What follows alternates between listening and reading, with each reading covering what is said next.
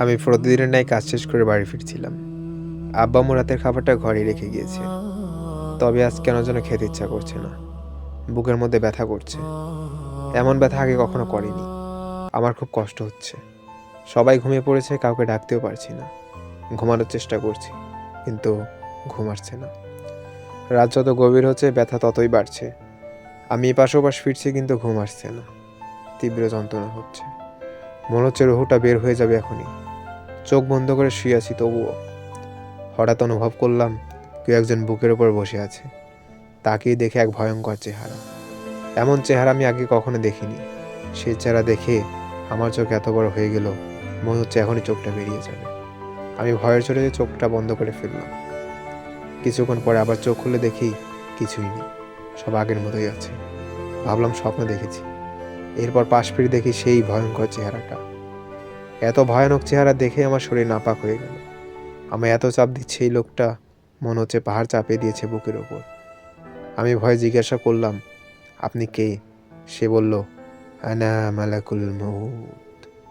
তার নাম শুনে আমার চোখ আরো বড় হয়ে গেল। আমি তাকে বললাম, আপনি এখানে কেন? আপনি কি চান? সে বলল, তোমার সময় শেষ। আল্লাহ তোমাকে যেটুকু সময় দিয়েছিল তা পূর্ণ হয়ে গেছে। আমি বললাম, এটা হতে পারে না, আমার এখনো মরার বয়স হয়নি। সে বলল, আরে অধম, তুই তো জানিস না মৃত্যুর কোনো বয়স হয় না। যখন তখন মৃত্যুর সময় আসতে পারে, তার জন্য নিজেকে প্রস্তুত রাখা উচিত। আমি তাকে বললাম, আমাকে একটু সময় দিন, আমি তওবা করি। সে অট্টহাসি শুরু করলো। আমায় বলল, তোমার সময় শেষ, তোমার তওবার রাস্তা বন্ধ হয়ে গিয়েছে, আর কোনো পথ খোলা নেই।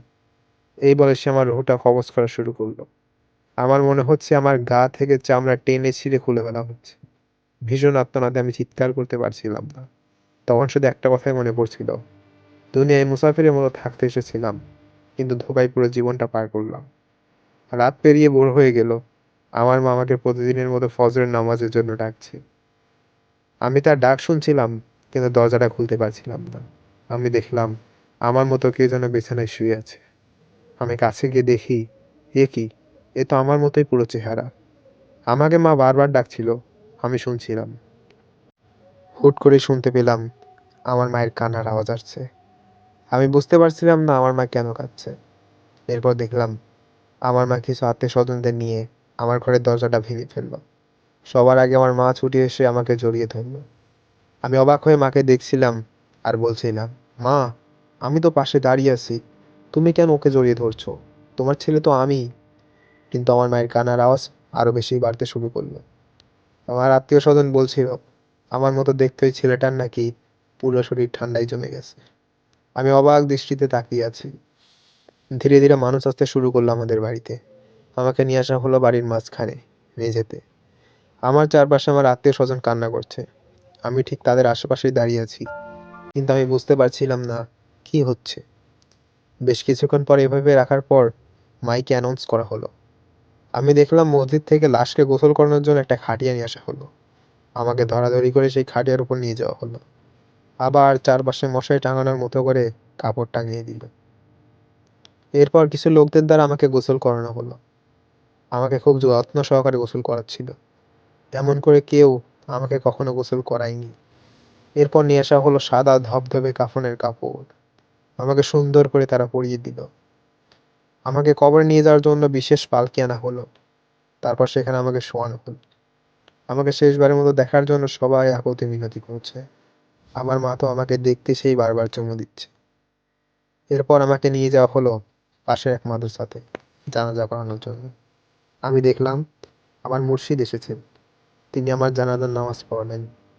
এখন আমাকে নিয়ে যাওয়া হচ্ছে কবরস্থানের দিকে। আমার জন্য আলাদা একটা ঘর বানানো হয়েছে। এটা একটা বিশেষ ঘর, কারণ এ ঘরে কোনো লাইট নেই, কোনো বিছানা নেই, কোনো বালিশ নেই, কোনো জানালা নেই। 3.5 হাত এক মাটির নিচে ঘর। আমাকে এই কবরের কাছে নিয়ে আসলো। আমার কবরে 3জন মানুষ নামলো। তারপর আমাকে তারা ধরে কবরে নামালো। আমি দেখলাম ওই 3জনের মধ্যে আমার বাবাও ছিল। তারা আমাকে নামিয়ে বুকের উপর হাত দিয়ে কি যেন দোয়া করছিল। মনে হয় এটাই, যে তোমাকে আমরা আর চিনি না, তুমি আজ থেকে আলাদা, তুমি আর আমাদের মাঝে নেই, তুমি আজ থেকে ভিন্ন জগতের বাসিন্দা। এরপর আমার কবর থেকে 2জন উঠে এলো। আমি অবাক হয়ে দেখছি, হাইরে, এরা না আমার আপনজন ছিল। এরা আমার সাথে হবে না? যাক, আমার বাবা তো এখনো কবরে আছে। কিন্তু কিছুক্ষণ পর আমার বাবা উঠে এলো। কি ব্যাপার? আমি বাবাকে ডেকে বলছিলাম, বাবা, তুমি না আমার বাবা হও, তুমিও আমায় একা রেখে উঠে এলে। তুমি আমার আপন হলে না। এই দুনিয়ায় কেউ তাহলে আমার আপন না। একটা ধোঁকায় পড়ে জীবন অতিবাহিত করলাম। মেনহা খলাকনাকুম বলে মাটি দেওয়া শুরু হলো। ধীরে ধীরে অন্ধকার গ্রাস করে নিচ্ছে আমার কবর। একটা সময় তালায়ের ফাঁক দিয়ে আলোর রশ্মিগুলো ঢুকছে। খানিক পরে সেটাও হারিয়ে গেল অন্ধকারে। এখন শুধুই অন্ধকার। আমি বেরোতে পারছি না, ভয় পাচ্ছি আমি খুব। মাকে ডাকলাম, মা শুনল না। বাবা তো আগেই চলে গিয়েছে। হায়রে, আজ আমি একা হয়ে গেলাম, কেউ আমার সাথী হলো না। এরপর দেখলাম কারা যেন আমার কবর করে নিচ থেকে আসছে, ভয়ানক আওয়াজ তাদের। দুনিয়ার নিয়মে যার যার সময় আপন গতিতে চলতে থাক, আমি রইলাম অন্ধকারে। জানি না এখন আমার কি হবে। হুট করে ঘুম ভেঙে গেল। মন বলছে, সময় আছে, এখনো তবা করে নি।